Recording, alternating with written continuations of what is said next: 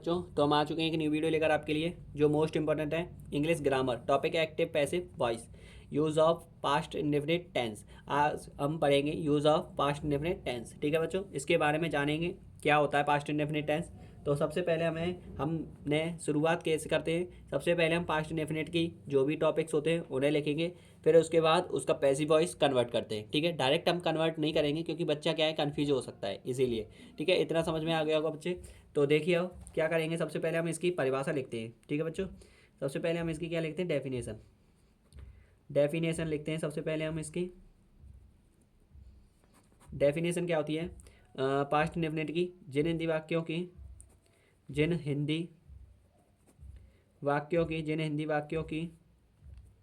क्रिया के अंत में जिन हिंदी वाक्यों की क्रिया के अंत में था, थी, थे, या, ये, ई, आ, ओ आदि शब्द आते हैं। आदि शब्द आते हैं उन्हें पास्ट इंडेफिनिट टेंस कहते हैं। उन्हें पास्ट इंडेफिनिट टेंस कहते हैं। उन्हें पास्ट इंडेफिनिट टेंस कहते हैं। जैसे एग्जाम्पल के तौर पर बताएं हम, जैसे कि पास्ट इंडेफिनिट टेंस की पहले तो हम रूल लिखेंगे, उसके अकॉर्डिंग हम उसका क्या करेंगे, आपके पास एग्जाम्पल देंगे और आगे उसका पैसिव वॉइस बनाएंगे। ठीक है बच्चों, ध्यान दीजिए। तो सबसे पहले हम क्या करेंगे, रूल लिखेंगे इसका। एक्टिव रूल लिखेंगे पहले। एक्टिव रूल लिखेंगे किसका, एक्टिव रूल लिखेंगे इसका। एक्टिव रूल क्या हो जाएगा इसका, ध्यान दीजिए। एक्टिव रूल लिखेंगे सबसे पहले। एक्टिव रूल क्या होता है, एक्टिव रूल होता है हमारे पास, उसे हम देखेंगे ब्रैकेट से। सब्जेक्ट होता है सबसे पहले, फिर क्या होता है, सब्जेक्ट के बाद होती है क्रिया, और क्रिया की सेकंड फॉर्म होती है। तो आगे ऊपर लिख दे रहे हैं हम, इस पर ध्यान देना। क्रिया की सेकंड फॉर्म सब्जेक्ट प्लस क्रिया की सेकंड फॉर्म प्लस ऑब्जेक्ट, और फिर डॉट लग जाएगा और ब्रैकेट बंद हो जाएगा। ठीक है, इतना समझ में आया, आगे ध्यान देंगे। सब्जेक्ट ये हो गया। अब इसका एक्टिव रूल होने के पश्चात आती है हमारे पास पैसिव रूल। अब रूल लिखेंगे पैसिव रूल लिखेंगे, फिर हम उदाहरण देंगे, फिर आपके पास जो भी कन्फर्मेशन होगी वो आपके पास करेक्ट हो जाएगी। ठीक है बच्चों, तो ध्यान दीजिए। इतना तो आप समझ चुके हैं क्योंकि ट्रांसलेशन सीख के आ रहे हो, तो इसी के अकॉर्डिंग आप क्या समझ सकते हो, इतना तो समझ सकते हो कि सेंटेंस कैसे कवर किया जाता है। ओके बच्चों, तो सब्जेक्ट प्लस क्रिया की second form plus object plus dot. ध्यान देंगे पैसिव रूल में क्या होता है, पैसिव रूल में होता है ऑब्जेक्ट आगे आएगा, ऑब्जेक्ट प्लस फिर क्या हो जाएगा, ऑब्जेक्ट प्लस वाज या वर्ब में से कोई हेल्पिंग वर्ब आएगी, प्लस फिर उसके बाद क्रिया की थर्ड फॉर्म आएगी। ठीक है, वाज या वर्ब में से कोई एक आएगा और क्रिया की थर्ड फॉर्म, वर्ब की थर्ड फॉर्म आएगी, सेकंड फॉर्म यूज़ नहीं होगी। ठीक है बच्चों, वर्ब की थर्ड फॉर्म आएगी, फिर क्या आएगा, सब्जेक्ट आएगा, फिर क्या आएगा, बाई आएगा, फिर क्या आएगा, प्रीपोजिशन बाई आएगा। यहाँ पे लिख सकते हो आप प्रीपोजिशन प्रीपोजिशन बाई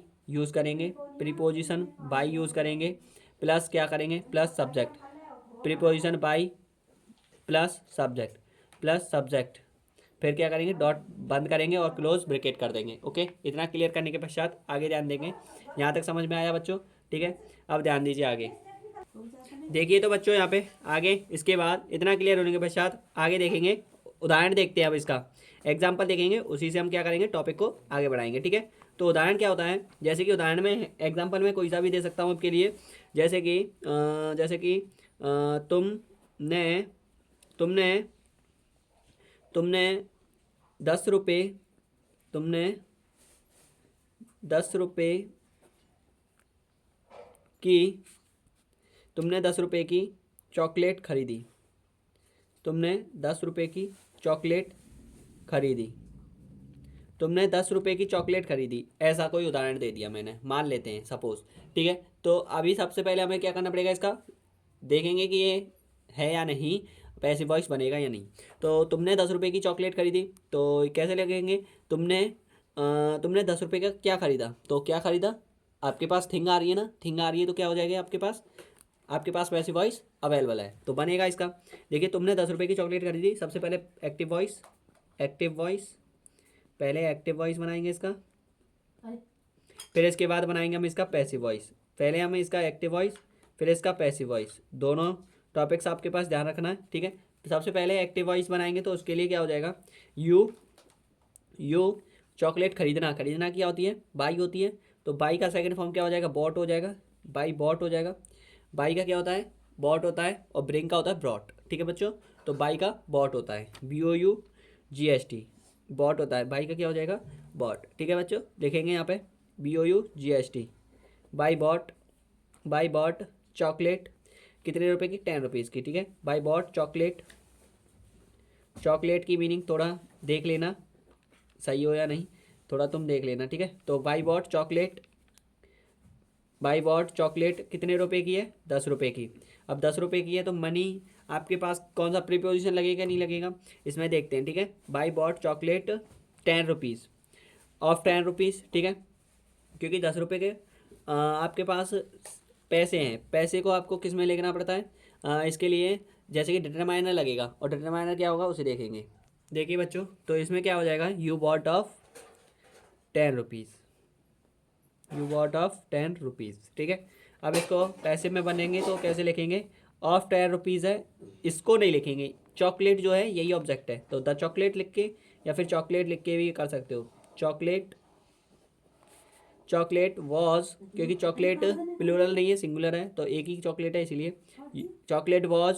फिर क्या आएगा, वर्ब की थर्ड फॉर्म आएगी, चॉकलेट वॉज बॉट, बाई का क्या होता है, बॉट होता है, और बॉट ही सेकंड फॉर्म होता है, और थर्ड फॉर्म भी बॉट ही होता है। तो bought, chocolate was bought, preposition आएगा फिर, हाँ सॉरी, चॉकलेट बाई बॉट, और जो भी ऑब्जेक्ट जस्ट आपके पास जो ऑफ 10 रुपीज़ लिखा है ना, तो इसमें आपके पास ये सब्जेक्ट से और बाई से पहले आ जाता है, तो ऑफ 10 रुपीज़ ये पहले आ जाएगा।